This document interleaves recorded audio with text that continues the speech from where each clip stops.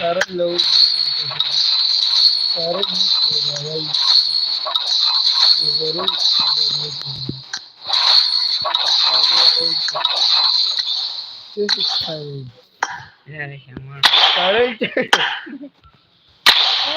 sekarang निकला या वो गेम गया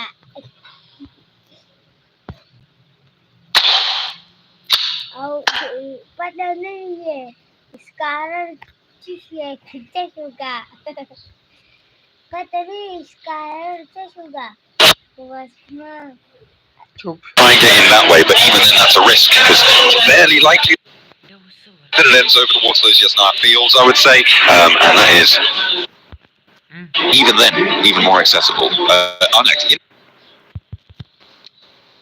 Doors with the blade. Respectable. I like it. You know, sometimes you don't want to use door handles, you slash that bad boy open. With the Johnny. Nevex though. Rex does find the initial pop off.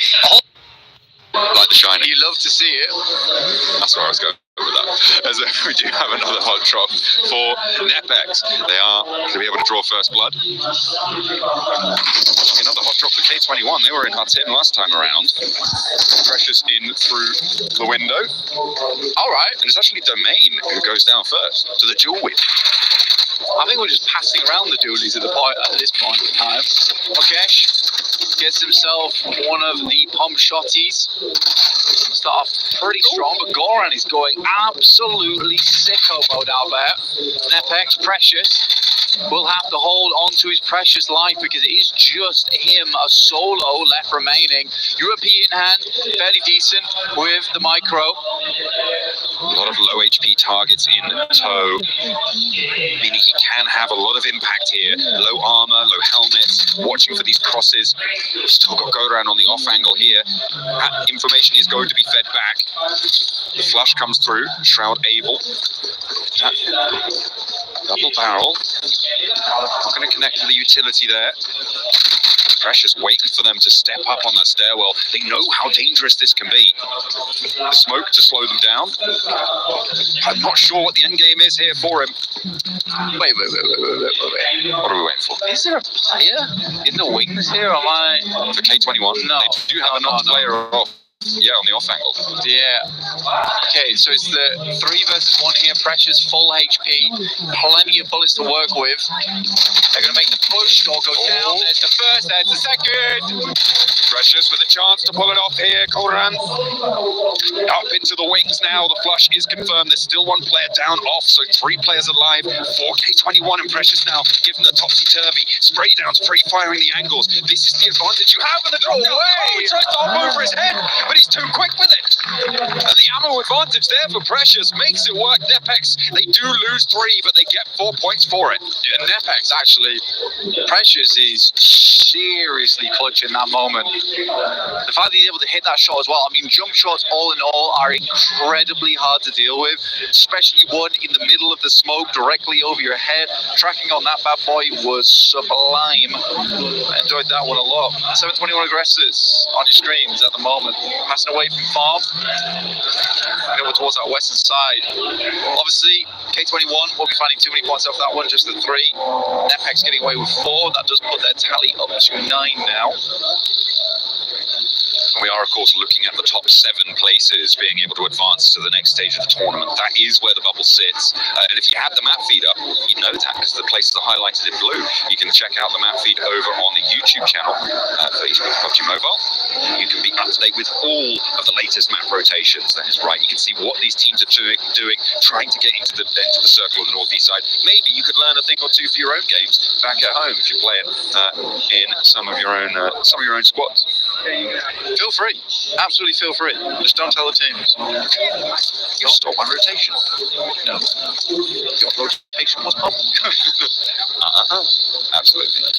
Yeah, we are going to be, of course, keeping you live and up to date as best we can. But if you do want to see where everyone else is on the map at all times, that is the best place to get that info. Go coming off of a chicken dinner, looking to try and do the back-to-back a la Divergent Gaming from yesterday, who were not able to do too much in today's start. They did get 5 points, though, on a pretty crazy Sandhog, I think it's safe to say. Yeah, I think that overall that Sandhog was a blinder. Having, I think it was roughly 20 elims go through in the first 8 minutes was not something that I think either of us would have expected. My Sandhog usually get a little bit quieter. I think they're more raucous towards the end of the game, but that one was spicy all the way through. So whoever seasoned that one, did a great job. Absolutely. Action looking to hold down on the south side. A couple of teams moving around on the north as well. And actually, it's T2K who are moving around on that northern side. We were able to catch up with their team in the break, so let's take a look at what they had to say. Welcome to the front of stage. It is day one of the prelims, and I'm joined by the coach of T2K, Bipul. Bipul, we actually had a conversation earlier today, and we spoke about how you kind of put this team together. Explain the process of that. How did you guys do it? Thanks, Barney. This is a new team, in fact. We had to go through a roster shuffle because we failed to qualify for the last PMSL even finals. We could not make it to the finals from the group stage, so there was a thought process going on exactly how to build a good team. And then thankfully we got a snatch of rules from DRS Gaming, who once took his team to #2 position in PFGC. You were there, 2022? Yeah, Indonesia. And then we got him as an IGL. Then we have another experienced player in the team, Turulab, famously known as Turulab. Now he had changed his IGN to Love, but he has played a couple of global events, including PMWI and PMGC for the other team. So we have two experienced players, and then we were searching for someone who had a great jill in them to prove themselves, a young gunpowder maybe. So we got Igni and Azay, who are probably the best underdog player in Nepal currently. So this is how the team has formed. That's awesome. I mean, like, you speak about how like impressive these players are and how experienced they are. Talk to me about the play style. Do you have like a generic play style that you guys just stick to no matter who you're up against, or do you kind of adapt to depending on who you're going up against? I think the need of the hour is the ability to adapt according to the condition, because I think if you have a general play style, then that might not go right every time, because you have to play how the lobby plays. You have to dive into it and then accept how the other teams are playing as well. So we are more of thinking on how can we prepare ourselves more to study about the lobby well, and then maybe we can change the strategy according to the need of the hour. We've also spoken quite quickly earlier as well about the popularity of the game. T-Mobile has had a surge in popularity in Nepal, and it's had such a great impact on you guys. How has it impacted you? I think PUBG Mobile is one of the most popular sports in Nepal now, because traditionally football and cricket are two of the most popular sports in Nepal, but of late, I would say from 2022 when DRS secured that #2 spot in the PMCC final.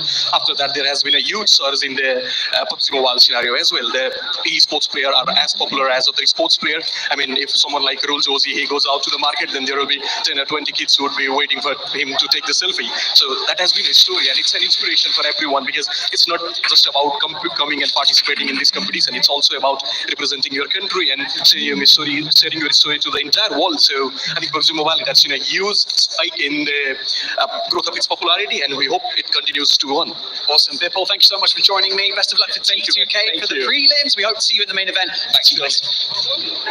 Thank you very much to Bipul. A lot of information there dished out. Nice and hot and fresh, but we have some hot and fresh action for you as well, because Dope and Akicyber clashing on the south side scramble right now on the east edge of Roshok. Payne pushing on in with the pump action around the door frame, but does get clipped on the side, and Akicyber still doing bits. Baby Tang the last to stand now for Dope Esports, and he's going to try and get out of there, but I don't know how successful that's going to be. How you can best capitalize on that. A spray down from the side of the vehicle. Lonesome, by the way, the quick switch to the passenger seat.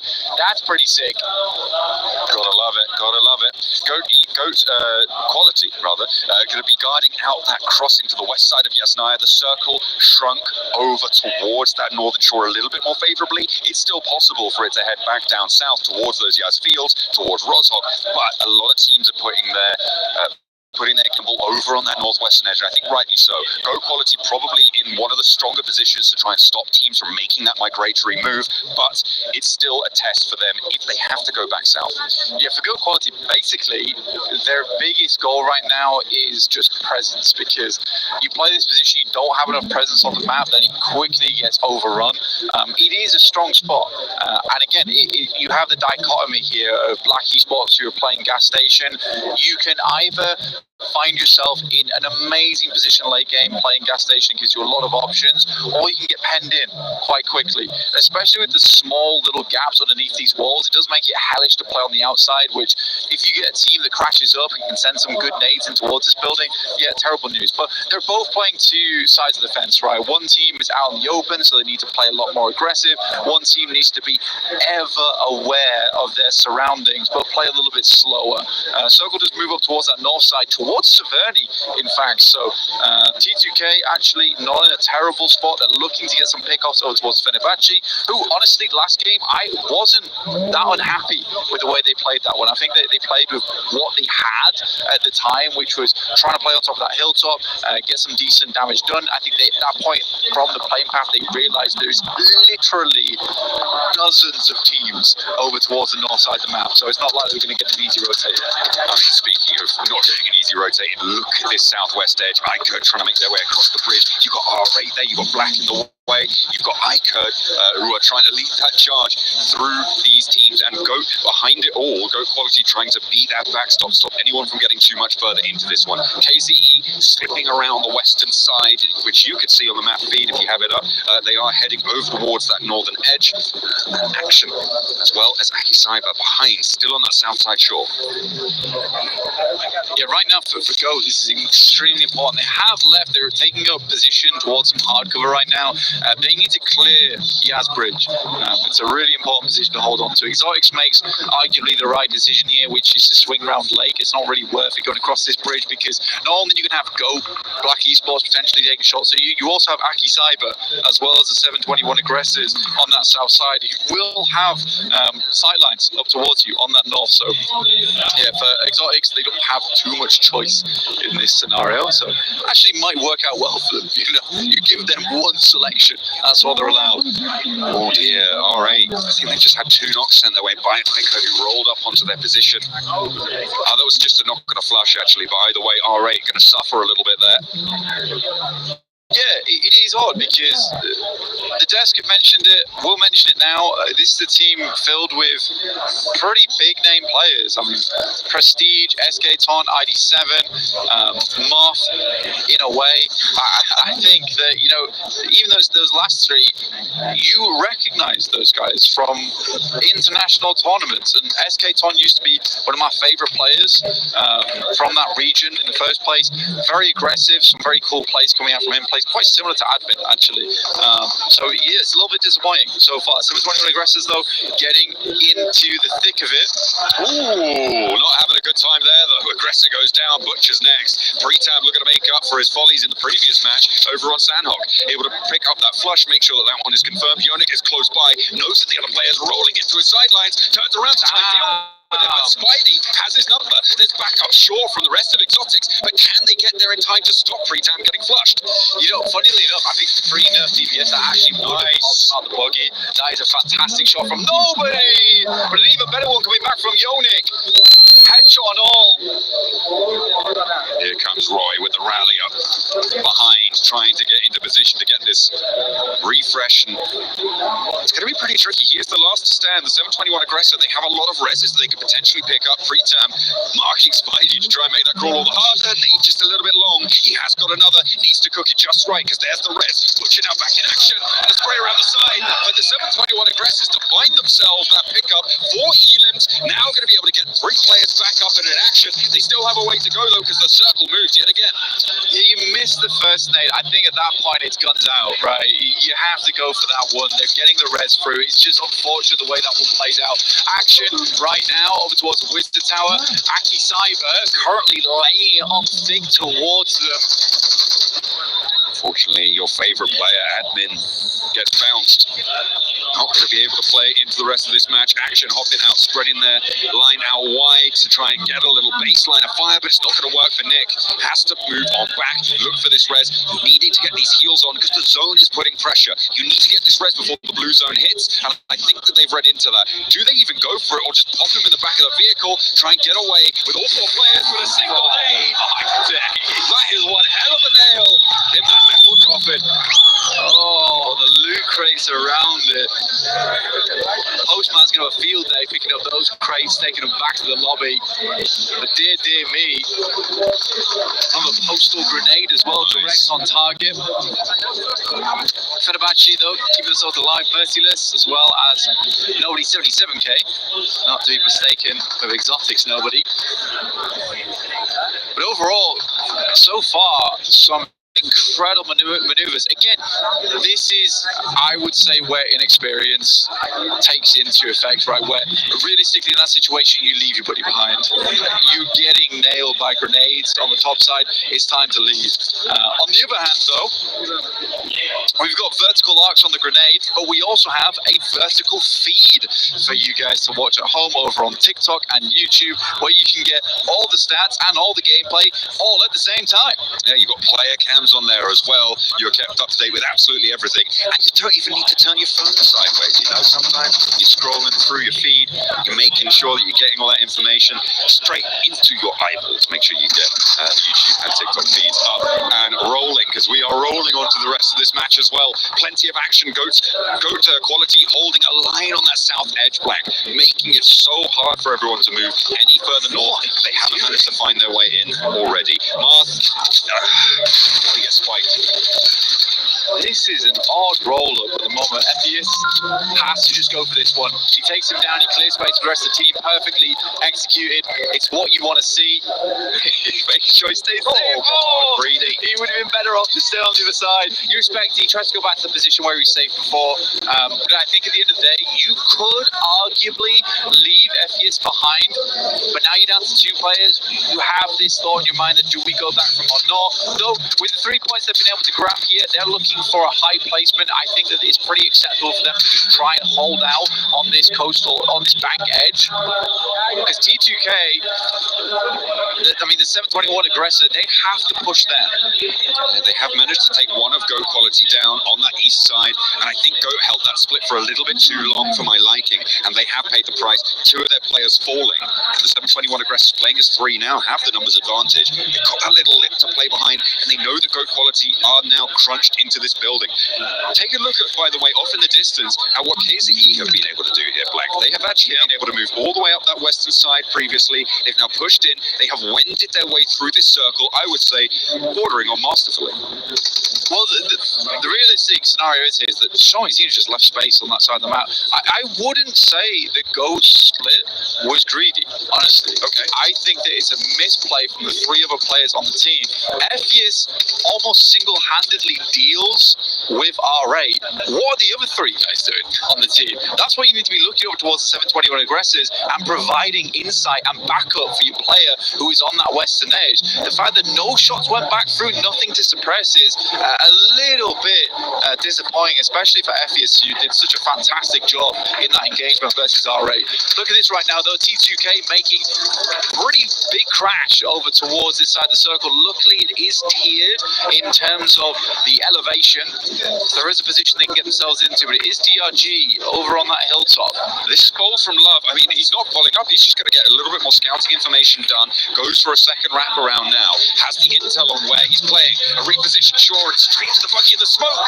Draws him short and immediately steps out. A lovely play there from Divergent to be able to hold their high ground. Love could have been a massive thorn in their side, but they'd have been able to pluck that one out, no problem. I mean, love and peace, but take this man's license away. I don't think he should be in a vehicle for the rest of this game.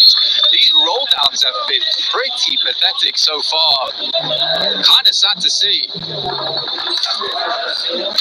KZE, they've been spotted as well. I think there's Aki Cyber moving in on that south side, but there is a little bit of a trade. Fortunately for KZE, they have got the numbers advantage, which means trades are in their favour generally. Obviously, there are exceptions, but at the moment, they have the inside track. They've got a little bit of a holdout. They can get this res. In fact, they've just been able to find it. Nades over from Force. We saw what he's able to do with these nades being on target. Now not quite finding the bullseye there. Grey Gods wants to try and get this spray down. Arena go towards Devon. That is again rezzed on up. Oh no, actually a minute. That was taken down very, very low. Need to get this one done fast. You know, I think that there is a clear issue starting to form with Aki Cyber. I mean, they're a fantastic squad, and a lot of their scoring is predicated off the fact that, you know, they have the gun skill and they're making the rotates, but they're not the biggest fish in the pond anymore when it comes to those eliminations. And I think that that's a difficult thing to take yourself out of the mindset of, especially coming out from those qualifiers. But still, 9 eliminations, the great game is great. I'm Ron from the side with the M4. I mean, I can't say I hate it. I just think it's going to hurt him in the long run. That is an isolated position, though, as well, which means they have to go for a bit of a breakout. I'm Ron, maybe the savior of this play, as Zvezda is going to get rest as well. Shadow forcing this play. Raygod's going to launch a nade first before going for that rest. That could be the game changer here, but it drops a little bit short. Into the smoke, behind the vehicle that's already been burnt out. Zvezda Renox has the cover, but the second, the follow-up is good. And he's just launching nade after nade, and the damage keeps pouring on in. Yeah, it's a volley here. I think this next nade could be pretty on target. He's just waiting, delaying it, because he knows that I'm Ron's going to want to go for this res eventually. It's good. Yeah, it's on the side. Well played there, honestly. Holding the nade for that long sometimes can quite be a difficult mentality to have, John, as well. So I'm glad that he had the patience on that one. I mean, you say that Cyber are the big dogs in terms of elims anymore. They did just rack up 9 on this match, so good result for them. In third place as it stands, but there's still more to play. There is more leg room for earning points here now, and KZE, one of the teams in a prime location to do so. They're sure they only have 3 players, but they've got this little plateau on the southwest side. They've got Fenerbahce crunched up against the wall here. They know that Fenerbahce are going to have to leave in this next circle.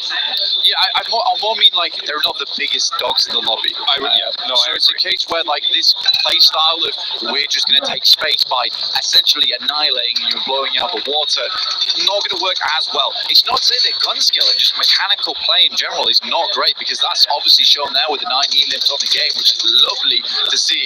Molodoy barely dodges the vehicle coming through from Divergent.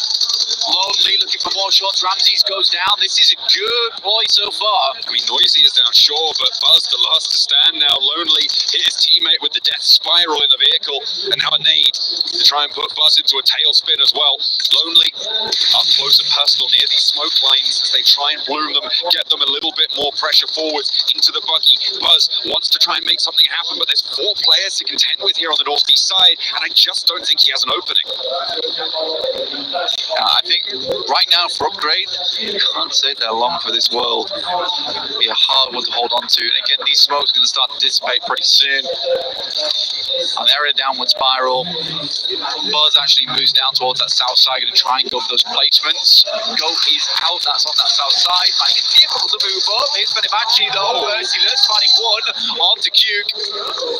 An immediate dip up for the flush as well, which was a little bit of a risk. You don't know if Divergent are going to peek you almost instantly, but confirming that point may be pretty valuable for them. Fenerbahce now have confirmed that they are only playing against 3 over that ridge line, but even so, it is difficult. No 4-player teams remain now after DRG lose one of theirs. That's going to make things a little bit tricky. I thought Fenerbahce were done for here, as KZE had their run out, but they were allowed to move on through. Both of their players surviving.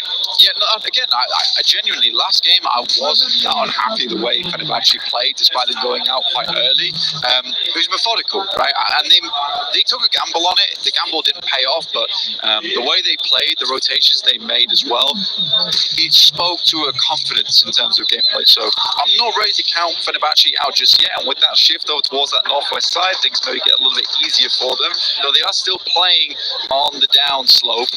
Merciless will be taken out. We'll see just how far nobody can go. There's not really too many routes for nobody to move up, so Merciless does just have to go for this crawl. It's far too risky to try and step up on these staged staggered plateaus that you were talking about, that tiered situation, and that's exactly why. Dynamo has the angle from the roadside. There's not too much to do. So, nobody, the last player alive now for Fenerbahce. And playing on from a decent position to maybe secure a top 3 here, as Upgrade have pressure put upon them by KZE on the south side. Buzz falls, and 3 teams now remain. Uzbekistan, qualifying team, doing work right now. 10 eliminations, good stuff. Now it's KZE to deal with. On the south side, they have high ground advantage, but it's a 3v2, so definitely a possibility here for them. We go Cassie. Moving off towards the side, spotted by Longley, who has been trigger happy this game, and trigger accurate too. No utility for Ray Gods. Facing down a hail of bullets from Dynamo. Noisy and Lonely now moving into position to take the fight, but Ray God still has more bite in him. Spots Dynamo over the heel, steps up for the spray down, connects with it as well. Low HP, there's a possibility. Noisy, missing, and it's Ray Gods out of nowhere. What on earth did we just witness? How do you make that happen? What a misplay! And KZE underage coming all to black towards Ray Gods. Guys, I know we're putting on a show right now, but we've got to stop with the showboating. The final elimination doesn't have to be you rolling by, switching scenes. Just help your boys out. It's a 3v1. That should never happen. Having you a divergent game, you are mega upset with how that one plays out. Fuming. Goodness me, I'm pretty sure I saw steam coming out of their ears just there, Blank. That was really unhappy way to finish what was a really solid game for Divergent. They had, I think it was close to 11, 12 elims, something like that. Getting a chicken dinner, I mean, that's your top 7 spot already platformed. And we are going to have to take another look at that one. I mean, a couple of other teams were getting caught in the crunch here, but I'm just waiting for Ray Gods to step up here. I mean, the lead up to it is just upsetting. This is crazy. I mean, first to get Lonely. Dynamo really kind of dropping the ball, going for that heel, just needed to be the backup, and Noisy. Why are you making that rotate, dudes? At that point, just hold the lineup. Hold the line. You know where he is. You get the refrag 9 times out of 10 there. That is absolutely insane. Taking a look at the stats here, you can see Ray Gods racking up 3 of those elims in that final moment there. Fairly minimal damage for it as well, and that is brilliant stuff for the Indonesian team. What a way to close it down out of nowhere as well. I mean, we talked about their rotates earlier. They had strength in that aspect of their gameplay. One of the few teams to break through that south line that GOAT quality held unscathed. They wrapped around the side. They slipped their way on into that west side of the circle, and they had a great time there as well, Black. Yeah, it's an interesting game. I mean, how it plays. I mean, Divergent should have, by all means, won there. Again, a little bit disappointing for Go because I think they actually had a really strong position, but the support coming through for Ephius was sort of non-existent when he was doing all the work going towards RA, which I think I was the most upset about during this game. Still not to say that Go doesn't have it in them. I think overall their rotations were pretty clean.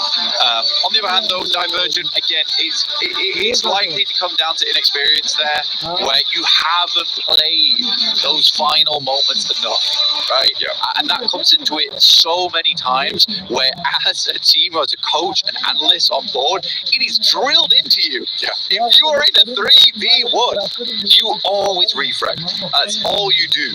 Yeah, absolutely. And I mean, like, that was the first misplay, right? Lonely going in for a 1v1 when he knew, well, maybe didn't, because the communication wasn't there, that Dynamo was going for a heel, was trying to make that one work. And unfortunately from there, it was just a comedy of errors. But, you know, the guys to break it down is the analyst desk. Let's hear what they have to say. It needs to come down to inexperience there, where you have people win game. And realistically here, 6 of them were yours. How are you feeling? Habis mendapat 9 eliminasi itu dan lu dapat 6, rasanya kayak gimana, bro? Biasa aja. Oh, just nothing, just like that. A man, a few words. I like this. Now, you know what? One of the crucial things that you look for when we're kind of watching you guys on stage is how energized you are. If any of you guys look particularly nervous, when I came up to you and I shook your hand after an explosive finish like that, no sweat. You guys seem very calm. Is that how you're feeling? Tadi pas akhir match kayak eksplosif banget, sangat seru. Tapi pas dia sapa kamu merasa sangat kalem aja, biasa aja. Gimana rasanya tadi? Ya mungkin udah terbiasa. he's very used to it already, this kind of thing. Very used to it. Okay, we want to see more of the same later on today. And obviously, you've got 2 days to try and secure that spot in the main event. I'm sure that you're feeling extremely confident because I'm feeling confidence from you right now. Is there anything that you'd like to say to your fans, to friends, family who are supporting you throughout this journey? Dari kemenangan ini, terasa banget kamu confident, dan ada yang mau sampaikan ke teman-teman dan keluarga? Tetap support Kanza Esport.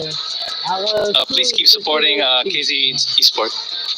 Raygods, a man of few words, but absolute dynamite here on the main stage. Cannot wait to see more from you. Thank you so much for joining me in this interview. Let's go back to the analysts to keep breaking it down. A man of few words, but Raygot did end up getting the MVP, especially with what we got there for that finish. But you were pointing out to me, Max, I mean, where they landed to where they finished, they had to travel. I mean, they dropped military base, and this circle was pretty much on the opposite side of the map for them on our angle. They made such a nice quick rotate ahead of many teams, and actually, looking at the terrain of this finishing few circles, Neptura, we did see that there were not a lot of compounds available, a lot of players, teams were playing the field. They had actually some good defensive positions to play off of, which then allows them to just pretty much clear all of those southern teams as they transition later on. Yeah, it's why it's so important to actually know how to play an open area, because so often, I mean, you kind of can split between 2 different sides as a team. Do you prefer compounds? Do you prefer open ground? I always prefer open ground, but as a team, it's really, really important to know both, and this is exactly why these kinds of zones make it necessary to know what you're doing out there. I have to agree. They're looking at also an extra player here. I do want to highlight Lonely. I think maybe fracking wise, where maybe wasn't as high like some of his teammates, but he was getting some solid off angles. Without him, I don't even think we see Divergent get to this point of the game. So sure, a little bit of a fumble. They didn't quite get the win, but there was still some great individual performances showcased by the players of Convergence. Once again, I'm going to have to agree with Blank, because he was saying, like, it feels like some of these teams are just, it's not that experienced. The inexperience that they have, where they maybe haven't faced this situation before, or maybe they just not used to the level quality that we do have here at the PMGO. It seems to catch them off guard at times. Yeah, it does. Like it. I mean, what gets me excited, right, is that they're kind of being tested kind of in hard mode in PMGO. But we saw so many times solo players get picked up after these kind of events by big orgs, big squads that have already proven themselves at every kind of level in PUBG Mobile Esport. You're looking at Raygot here, like, hey, pretty good player. Maybe something could be happening in the future. Yeah, absolutely. If you're a player who has those angles, who knows what they're doing, who has that game sense, I mean, you're right. Several of these players had huge things, right? I mean, this exactly. Exotics had fantastic angles over onto T721, right? I mean, Pratam just coming diving off of that cliffside, able to bait them over the ridge because he knew his teammate was in. Excellent. Look at a bait and switch from Pratam. I mean, he really just bait them out into a funnel neck situation, and you just get everyone pushing that single player. But boom, you have 1 off angle, 2 off angles, just completely swarm them. And sure, they don't win the fight, but the initial idea of that play was a 10 out of 10 in my eyes. But unfortunately, the solo execution was just not quite good. And I also have to agree with Blank, just like you, Seven, about the fact that after that first nade, the fact it didn't hit, maybe just swap over to the gun. Maybe that would have been allowing them to get the clutch. I gotta give some props though to the 7201. Because to Blank. No, he already got plenty of props for me today. Maybe he'll get some more later. He does have an amazing stash, so we got that going. But what I was gonna say, the 721 aggressors, this team continuing to show that aggression, continue to not be shy, and that's something that I wanted to see. We kind of saw it early in the first match, but we're continuing to see it out of them. Yeah, we absolutely are. It is something that, again, you are going to want to keep going with, and that's something that can be really consistent, right? If you are having that little bit of game sense, that little bit you know how to play, then it is going to be something that you can pick up. You don't have to have your IGL, your coach, your analyst tell you these things. It's in there already. And they're able to back it up with those 7 eliminations there at the top. You can see 19 points. Not bad. Not bad considering they had 9 eliminations as well. Anything that stands out here on the first page of the match ranking for you, Max? I'm going to have to look at Akisaiba, right? This is a team that we looked at a little bit, and I think that you particularly here, Neptura, talked about Akisaiba as being a very good sweeping edge team. But unfortunately here, I would say the terrain didn't quite make that an easy task to achieve. Yeah, I mean, again, as Blank said, it's my turn now. Everyone gave him props here. We did, but no, it's right where they are a massive fragging team. They rely on that so much. it's very easy for them to just sweep that edge, come in on that rotation, get rid of all those stragglers. But when it comes to actually getting into zone themselves, they're a little bit hesitant to do so. I want to know actually if you agree here on this game, the for Akasaiba. They sure went back to their old playstyle of sweeping edge, being very aggressive. I think that in this kind of terrain, you should prioritize position in the circle, reaching the late game rather than sweeping, because in these kind of positions, off angles are just going to be all over the place. Solo players, stragglers will get an angle on you, and I think that here they just got too aggressive when position was just way more important. I wouldn't have minded, actually. I wouldn't have minded a split in this sense. If they really wanted to be so fragging, then maybe go for that positioning as well and kind of do like a 1-3 or 2-2 split. Well, we're talking about 1v3s earlier. We're talking about splits. I want to see you 1v3 again. I want to see Apex Precious, because that was absolutely beautiful. It so was, wasn't it? I mean, you can just see them wrapping around here. And what I love so much as well is this kind of maneuvering that you see these players from NepX doing. I mean, from K21 as well, they're starting to do it.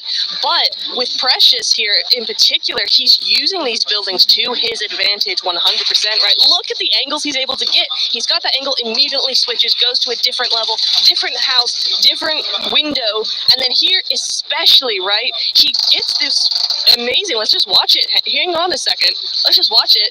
We're going to get the one. There's the one.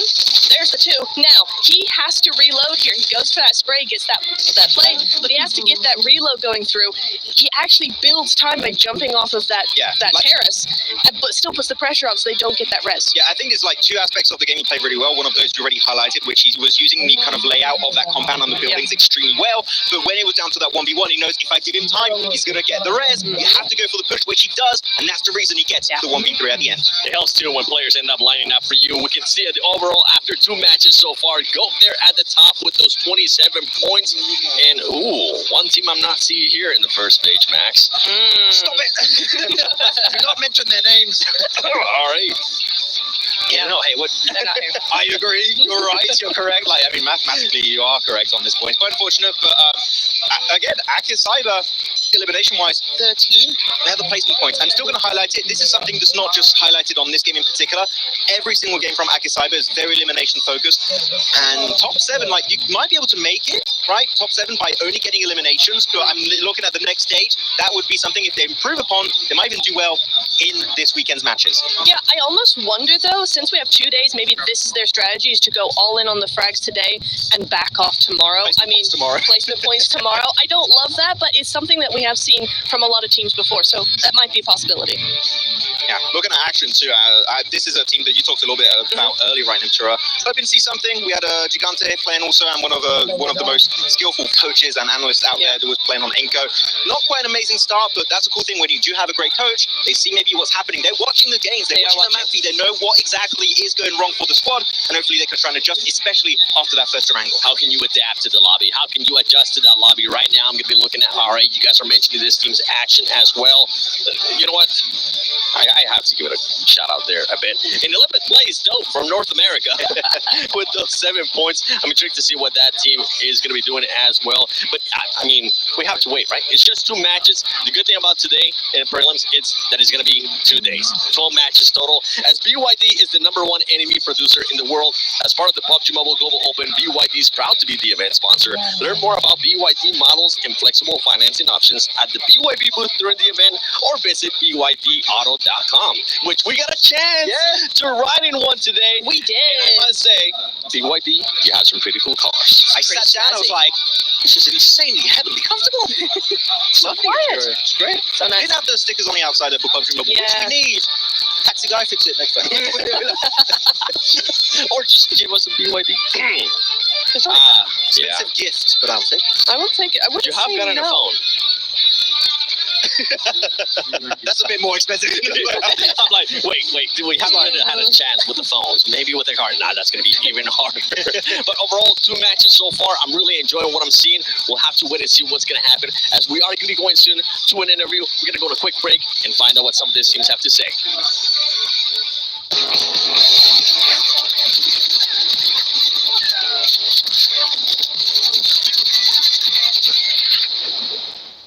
A gente se preparou muito muito bem. A gente entende que não somos um time muito experiente, mas a gente é um time que vem para mostrar muita força da nossa região e a expectativa é muito boa. A gente espera chegar forte nas finais e, se Deus quiser, a gente vai conquistar o título. Olá galera, eu sou o Gigante da Action Sports, eu sou o IGL e o Flex do time. How do you adapt to the dynamic meta of PUBG Mobile while staying true to your gameplay? A gente trabalha da melhor maneira possível. Treinamos muitas vezes, treinamos também o macro do jogo, que é a parte tática. Então, assim, a questão do meta, eu acho que a gente vem mais preparado para o que der e vier. Which teams are you most excited to go up against? Um dos times é a Dope, né? A equipe americana. A gente acha que ali da nossa região a gente pode bater de frente. E o Fenerbahçe também. Porque eles têm jogadores experientes. Eu acredito que vai dar um jogo bem forte entre as nossas equipes. If you had to replace one player from your team with one invited team player, who would it be? Bom, eu não gostaria de trocar nenhum dos meus jogadores, porque a gente conquistou a vaga e tá aqui hoje é muito gratificante, então não gostaria de trocar ninguém. Mas se fosse para trocar, eu trocaria o Top no Lennox, porque ele hoje é um dos nossos players improvisado. Ele era para ser suporte e reserva, e ele acabou se tornando frente. Which main event team do you admire the most?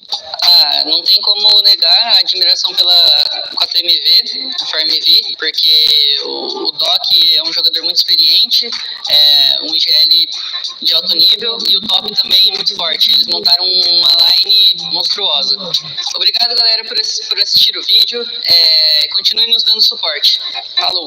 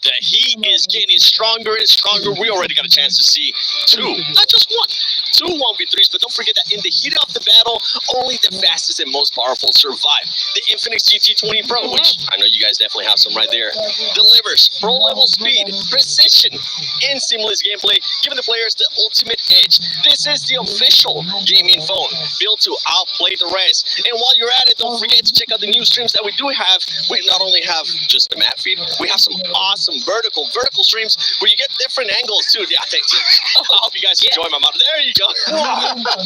Check them out because you definitely get some different stats, different action. And I am not gonna lie, I caught myself watching it yesterday. It was sweet. Yes, I do watch the stream whenever we're watching. Yeah, and also the screen can deal with my very bright forehead. No, the pixels are looking great. So nothing can deal with it.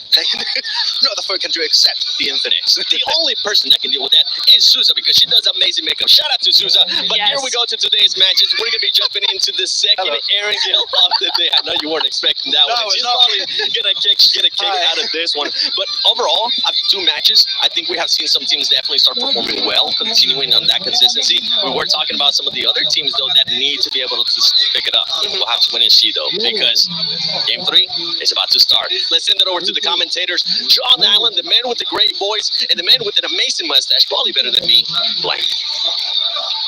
That's right. Like, my mustache doesn't even assist me in my commentary, and that's what I'm getting praised for here.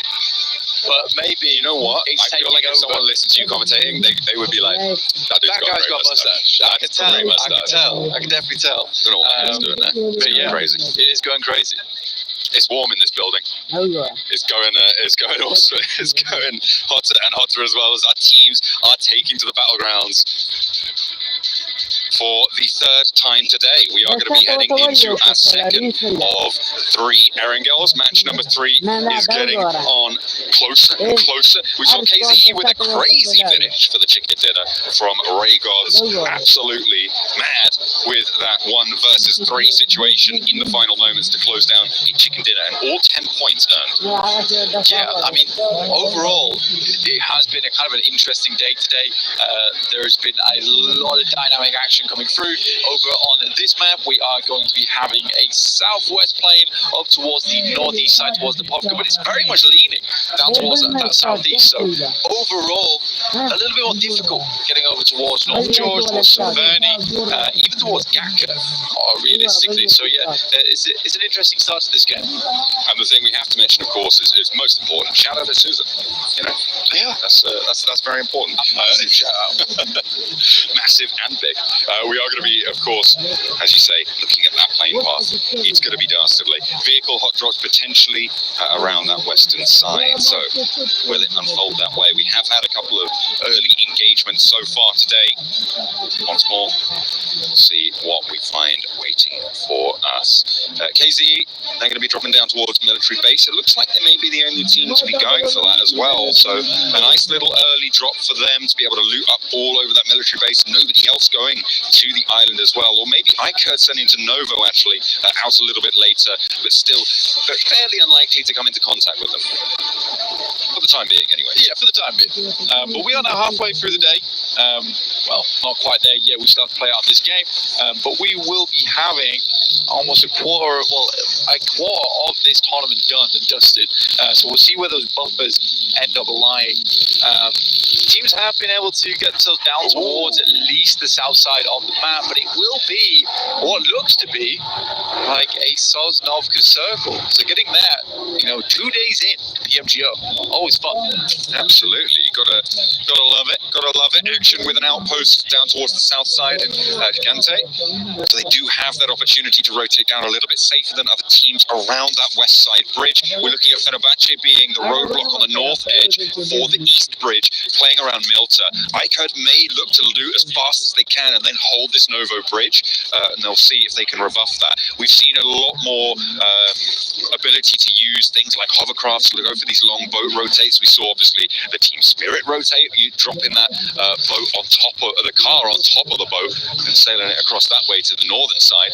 That farm split that Team Spirit like to go for sometimes in the global stage is currently occupied by Nepex. So we'll see if they try and mirror that, get across quickly, or are they going to try and hedge their bets because it is not impossible to still finish on this northern shore? Yeah, it's definitely not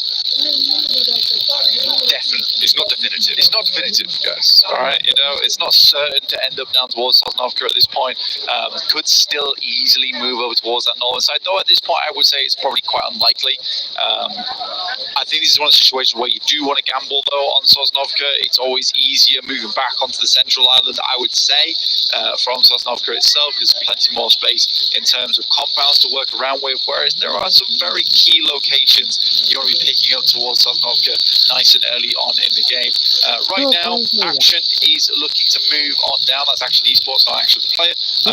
On the western side, you've got KZE holding around military base, coming off of a fantastic win. One that they probably shouldn't have won, though I will say that Ray Gods in that instance was extremely on the ball, but he was given 3 separate 1v1s. I mean, Action do have this outpost, right? They sent Kente lower, but KZE with an adaptive rotate, they are pushing out aggressively from that military base and actually have moved 2 players into the bridge, and Kente now no longer a foothold for Action. This is pretty bold from KZE, but I like it. They've managed to actually isolate this entire position now on the northwest side.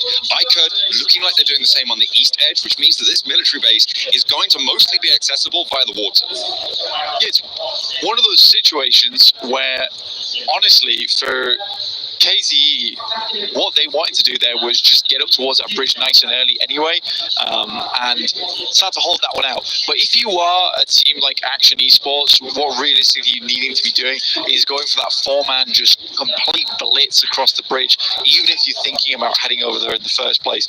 Giving all that time to KZE to set up, obviously you're going to get held out, and especially if you're sending one scout out. This is one of the few scenarios where it is way better to send 4 separate targets across the bridge as opposed to 1 lone soldier. So yeah, wasn't a massive fan of that, but still heads up play from KZE, which is nice to see. Yeah, very good stuff. They are going to be one of the 2 teams standing guard over these bridge crossings. At the moment, we've got a few teams now starting to head to the water to head down south. They think that it's going to go to this military base. On the west side, Action, after losing, they know that they can't get across the bridge, so they are sending into the water via boat. We are also heading across the water with NefX, who have managed to get 1 player already onto the northern side of Sosnovka military base. They are looking to try and strategize through this one and head south. We were able to catch up with their coach, in fact, for a little bit of an interview. So let's hear what they had to say. Welcome back to the front of stage. I've got Anzix here from Nepix Esports. Anzix is an analyst. I first and foremost want to ask you, talk to me about your role. Talk to me about how you approach the role of an analyst.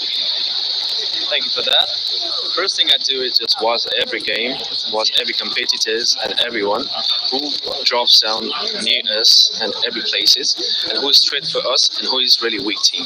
And the first thing we do is target the weak team, and after that, maybe in the rotation, we do an analysis for how to fight with the good teams.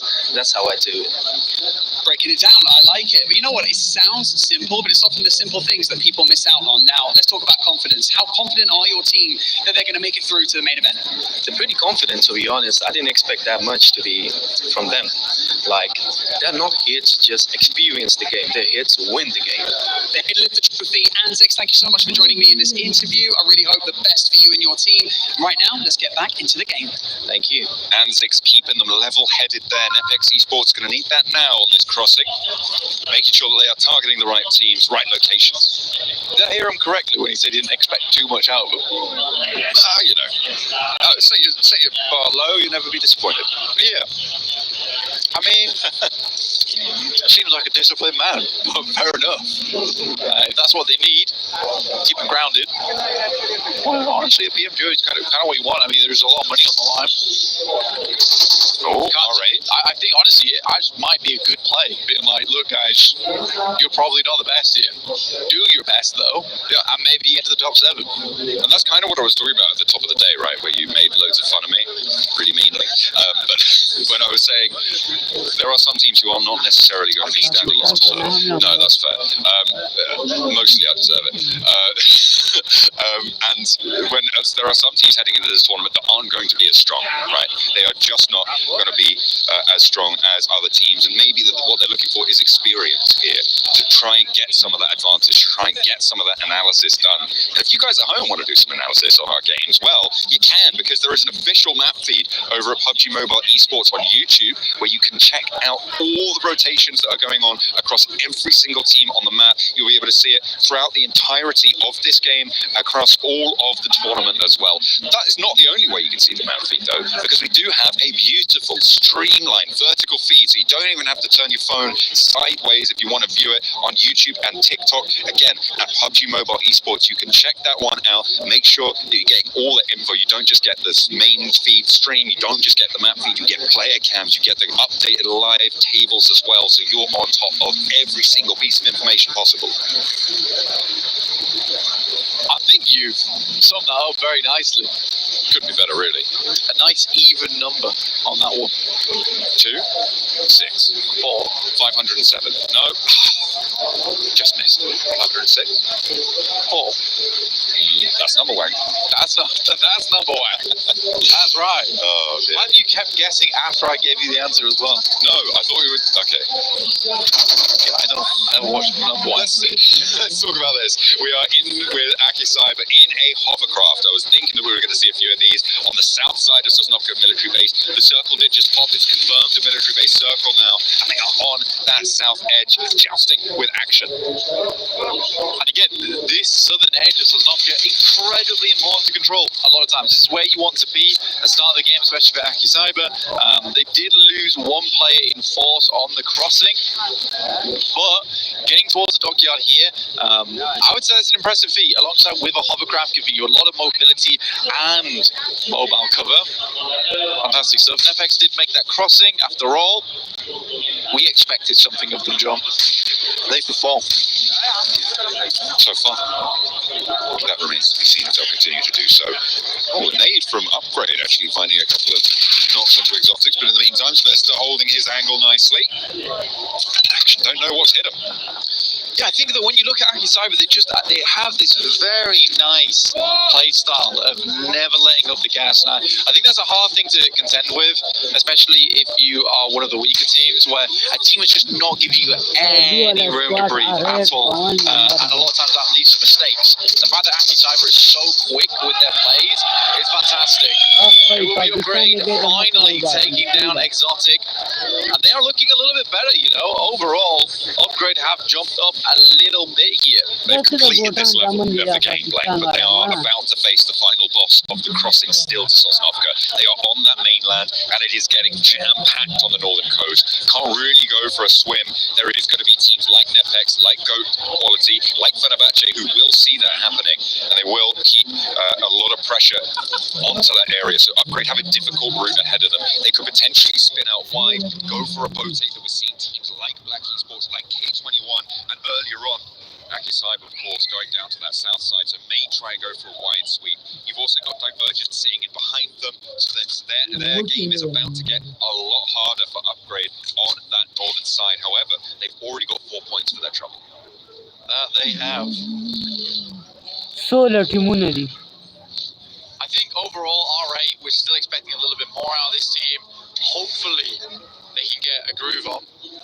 Over towards that west side bridge. They'll try and push past, but there are teams in the way. It will be a tough tussle to try and resolve that one. Milta is rife with conflict as well, because you've got Divergent facing off against Train to Kill right now. 4 versus 4, it seems, at the moment. They are still stuck in the blue at stage 3, so this is going to hurt. You can try to find a little angle there, but it's not going to be allowed. Train to Kill, quite pulling the trigger, finally finding Dynamo, an opener found for them, and there's a potential, there's the long off angle coming through from Divergent. You can see just on the top right hand side of your screen there, they do have Lonely in the vehicle, out in the fields, out in the trees, cutting them down as he goes. I think for KZE, there is a real consideration now as we get into stage 3, is Divergent getting up against Train to Kill. Trying to keep themselves alive here, but Divergent looking fairly strong in this engagement, John. They managed to do a lot of work, and there's another little shuffle towards the end of the Mortal Coils for Train to Kill. Only 1 player remains. Stage 3, it is still Reservoir here in the blue zone, but a second player for Divergent falls. It's all up to this last player, Igneous. trying to be rock solid now. Last player to remain for Train to Kill. My Bipper was saying that this guy is an absolute stellar player on the team. Then goes through to the other side, knows he needs to step out of the way, but he's taking a hell of a lot of damage, but he can't afford to pop this first aid kit too early. It's his last first aid. No more in the back pocket, lonely now for the face, but steps out, pump action to the gut. Sends him down to the depths, and it's Divergent to stand tall in Nilta.